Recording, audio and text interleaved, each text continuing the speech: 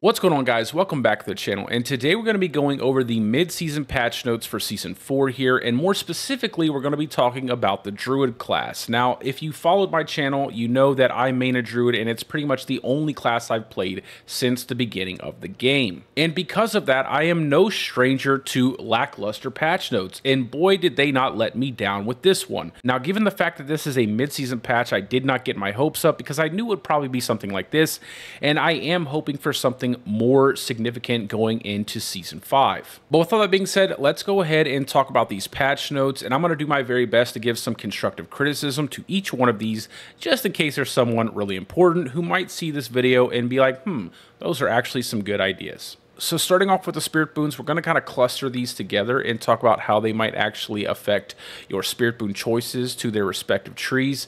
So Gift of the Stag, Prickle Skin, and Advantageous Beast all appear in the Deer tree, and it says here that Gift of the Stag is receiving a buff, maximum spirit increase from 20 to 40. Now this is honestly a waste of time because no one scales maximum spirit on their Druid anyway, and there's two reasons for that. So the first one is that you're typically going to be looking for spirit cost reduction or some kind of spirit generator, and that is how you're going to maintain spirit when you're using core skill builds. And the second one we'll get into in just a minute when we talk about the fourth boon that is missing here. And then we have Prickle Skin. So it says Thorns amount increased by 100%.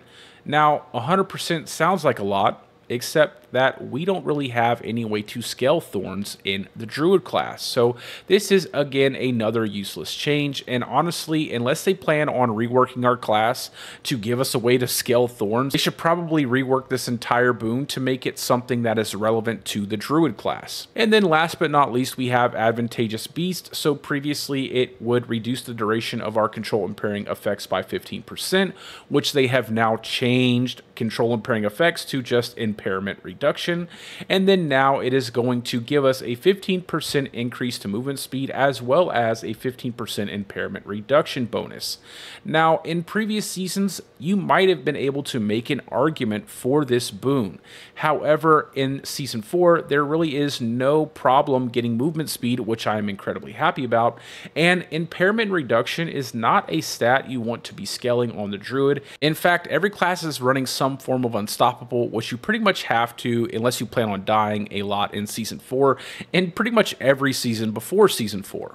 So let's go ahead and talk about the one boon that is missing here that makes all three of these changes absolutely hot garbage, and that is Weariness. Now if you didn't know, in Season 4 they basically took every single damage reduction affix off of our gear pieces, and you can really only find them if they're built in to your class, your Paragon board, or if they are on a unique item. So what does Weariness actually do? Well, Weariness gives the Druid a whopping 15% damage reduction from elite enemies. So you can imagine when you're choosing your Deer boon, you're not going to be selecting maximum spirit, you're not going to be selecting thorns or movement speed or impairment reduction.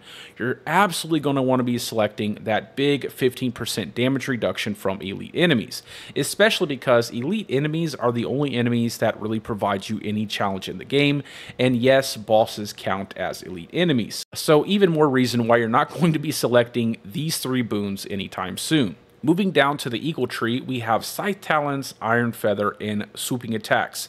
Now, the Eagle tree is actually our best tree for the Druid because it has some crazy good stat modifiers, and really the only problem I see with the tree is the fact that the model that represents the eagle in the game is not actually an eagle. But let's go over these boons. So Scythe Talons, critical strike chance increase from 5 to 10%, really good. Iron Feather Sing a buff, I don't know why, but I'll take it. Max life increase from 14 to 20%, that's pretty big. And then Swooping Attacks, attack speed increase from 10 to 15%, which is a pretty big change considering that a lot of builds have a hard time scaling attack speed because you're typically looking for a different affix. So a lot of nice changes here for the Eagle, and my only real issue is the overall function of Spirit Boons, but I'll go over that in a later video. So some nice changes here for the Eagle boon, which is pretty much the only set of boons that we Spirit Bond in on the Druid. Moving down to the Wolf Boon tree, we have Energize and Bolster. And it says Energize, Spirit Restored increase from 20 to 30. Now, they left a little bit of information off here on Energize, and what it basically says is that on Lucky Hit, when dealing damage, you have a 15% chance to restore what is going to be now 30 Spirit. Now, if they actually wanted to make this boon a substantial boon that really had a strong impact on the Druid class, they would have to remove that Lucky Hit conditional entirely, and it would have to read, upon dealing damage, you have a 15% chance to restore 30 Spirit.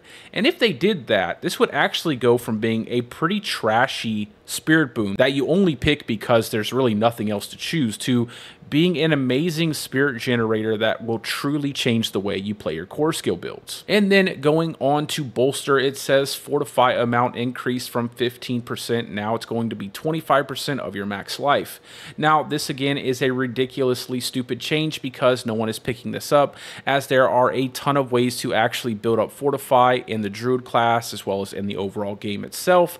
So honestly, they should probably do the same thing that they should do with Prickle Skin here. They should rework this boon entirely and change it to something else. Moving down to the Snake Tree, we have Obsidian Slam, and they're going to be giving this a buff as well. It says kills required for guaranteed overpower reduced from 20 to 10. Now, my overall problem with the way Obsidian Slam functions is the fact that it requires you to kill enemies in order to get an additional overpower. And the reason why I have a problem with that is because by doing this, by making it require you to kill enemies, it does not function on bosses. And that is a huge problem, especially when we're talking about Season 4, because everything in the end game has to do with bosses, whether it be tormented bosses or the really powerful bosses you fight at the end of your pit runs. So what they actually need to do here for Obsidian Slam is either change this to require a duration, so that way you can actually get more overpowers on bosses, or they should go ahead and make it a % chance increase to cause overpower for your builds. But overall, this is not going to change what you guys decide to pick on your Spirit boons, and they're pretty much all useless changes to what I would say is an entire system that needs a massive rework, so that way it is much more valuable for our class. Moving on to the skill section of the patch notes here, it is actually quite barren, which I'm not surprised because this is the Druid class. And like always, we are also seeing another buff to Rabies. I'm actually surprised not to see Rabies' ugly cousin, the Raven skill, honestly, but anyway, Rabies is receiving a 25% increase to its poisoning damage. Now, this is not really going to do anything for the skill to make it more viable going into the end game. And honestly, they are probably going to have to change the way this skill scales its poison damage overall before it will actually be viable. And then moving on to the theme of the patch, and that is Pulverize. So Pulverize is receiving a pretty hefty damage buff. Its damage is going to be increased by 76%. And then Raging Pulverize is going to be buffed here as well. So previous enemies overpowered by Pulverize are stunned for 3 seconds. Now, Pulverize deals a 30% multiplicative increase to your overpowered damage. Enemies overpowered by Pulverize are stunned for 3 seconds. Now, I'm actually pretty happy to see that Pulverize is getting a buff to its damage. However, I will say that playing an overpower build is actually pretty clunky, which leads most players into playing a crit-based Pulverize build like myself. So there are several reasons why that is. The first one is you have to jump through so many hoops just to maximize the amount of pulverizes that you actually use. And another big problem with that is there are always chances that you will waste your pulverized procs on skills that you really don't want them to be wasted on. The second one is they have nerfed Banished Lords pretty significantly due to the fact that other classes, I'm talking about barbarians, were overpowering quite substantially higher than anything Pulverize was ever capable of. So that nerf to Banished Lords this season was a pretty massive nerf to the overpowered version of Pulverize as well. And then lastly, my biggest issue with an overpowered build is the fact that it has incredibly low mobility. And that is due to the fact that A, you cannot temper Banished Lords, and B, there's no movement speed roll on Banished Lords. So it is going to leave you playing one of the slowest builds this season, in a season where every class is moving incredibly fast and dealing a ton of damage immediately. You're going to be waddling around on your werebear, punching yourself in the face just to stay awake while you time your pulverizes perfectly so that way you can maximize your damage output. So that is one of my biggest issues with the overpowered version of Pulverize, but I will go ahead and say that I am happy to see it getting a buff. Moving on to the passive section, we have a couple buffs to some of our key passives. So Nature's Fury is receiving a buff. It says chance to trigger a free skill of the opposite category increase from 30 to 35%. Now, I am always happy to see Nature's Fury buffs. It is my favorite key passive on the Druid because of how it functions.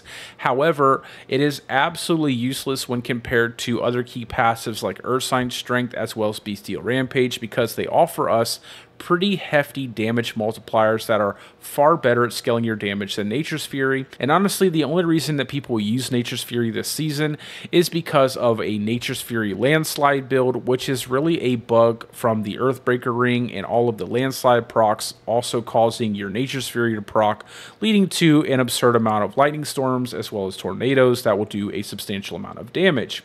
So this will in fact buff that build, but overall I don't see anybody selecting anything outside of Bestial Rampage and Ursine Strength for the majority of their setups. Moving on to Perfect Storm, we're seeing that its damage bonus is being increased from 20 to 30% multiplicative damage.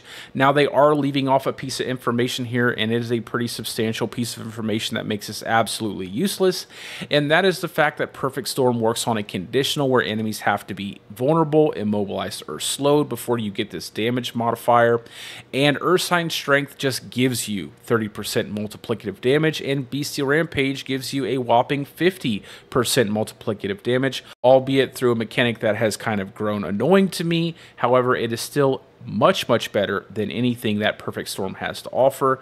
So again, another useless change, and honestly they'll probably have to rework this entire key passive as well as Earth and Might and Lupine Ferocity. Moving on to Nature's Reach, we'll see that the damage to distant enemies is being increased from 369% to 5-10-15%, and this is actually a pretty nice change, especially because keeping enemies at a distance is actually quite difficult because they all move much faster than you do. So I do believe that having passives like these should be much higher, and I like the fact that they are giving it a buff. Now on to Toxic Claws, it says that the poisoning amount is being increased from 8-15-23% to 12-24-36% of its skill's base damage.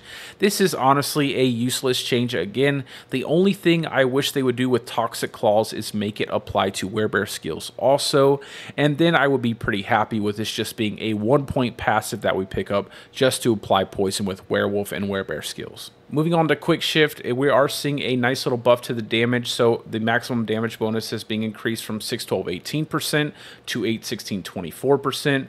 Now my overall issue is not with the damage from Quick Shift, it's with the fact that you constantly have to shift back and forth between different animal forms in order to maintain this buff. And I really wish that they would just go ahead and give us a flat damage bonus increase for a duration instead of requiring us to build stacks with this passive. However, if they weren't going to make a substantial change like that, I would prefer that each individual stack would fall off after the duration expires instead of the entire buff falling off all at once. Then on to Defensive Posture. Its previous version says increases the amount of Fortify you gain from all sources by 5-10-15%. Now it says that increases the amount of Fortify you gain from all sources by the same 5-10 and 15%, but then it will also give you a 3-6-9% increase to your damage reduction while fortified. So this is a pretty nice change to an otherwise useless passive, but honestly I still think the entire Fortify passive tree down in our ultimate skill tree needs to be tossed out and turned into something completely different that offers the Druid a much better benefit for our skill points. Moving on to Mending, its previous version, while in werebear form, you receive a 6-12-18% additional healing received from all sources.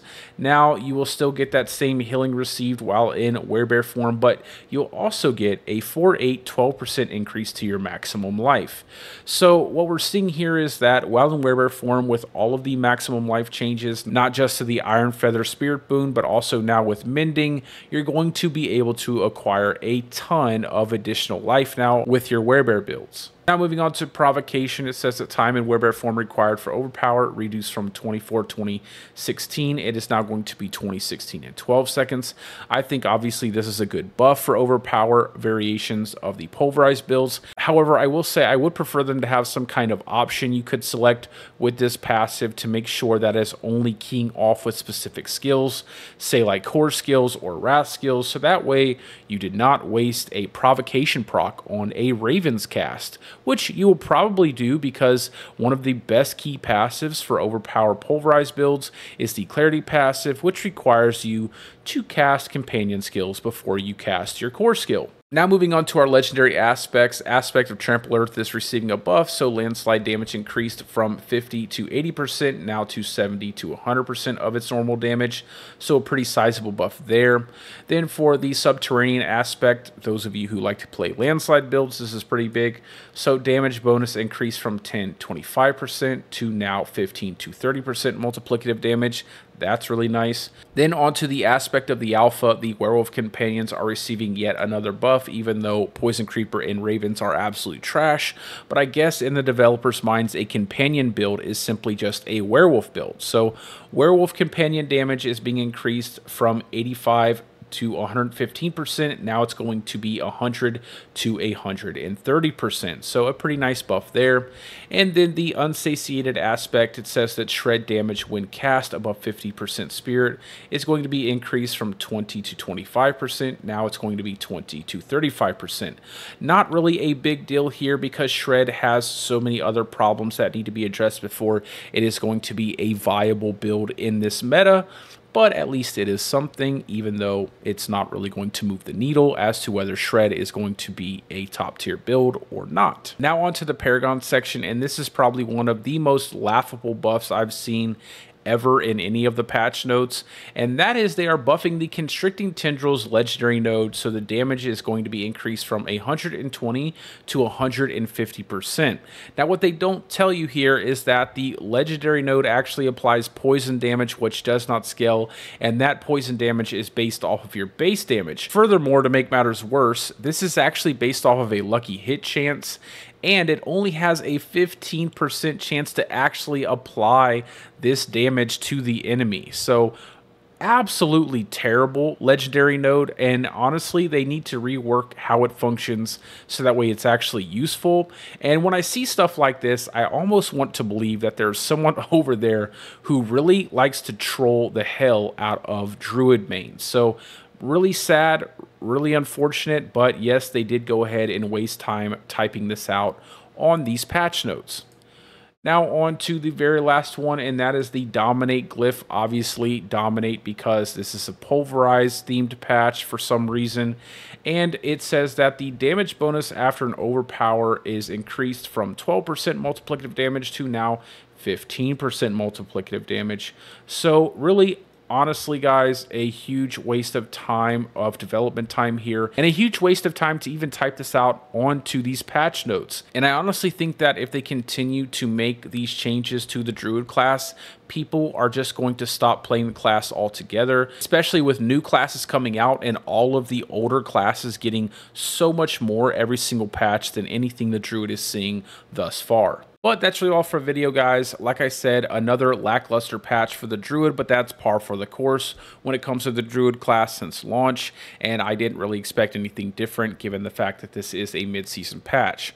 However, I will continue to pray and hold out hope that they will have something incredibly awesome cooked up for the Druid class going into Season 5, so that way when we do hit Season 6 and the expansion, I actually might feel torn when I run off and try out the brand new Spiritborn class.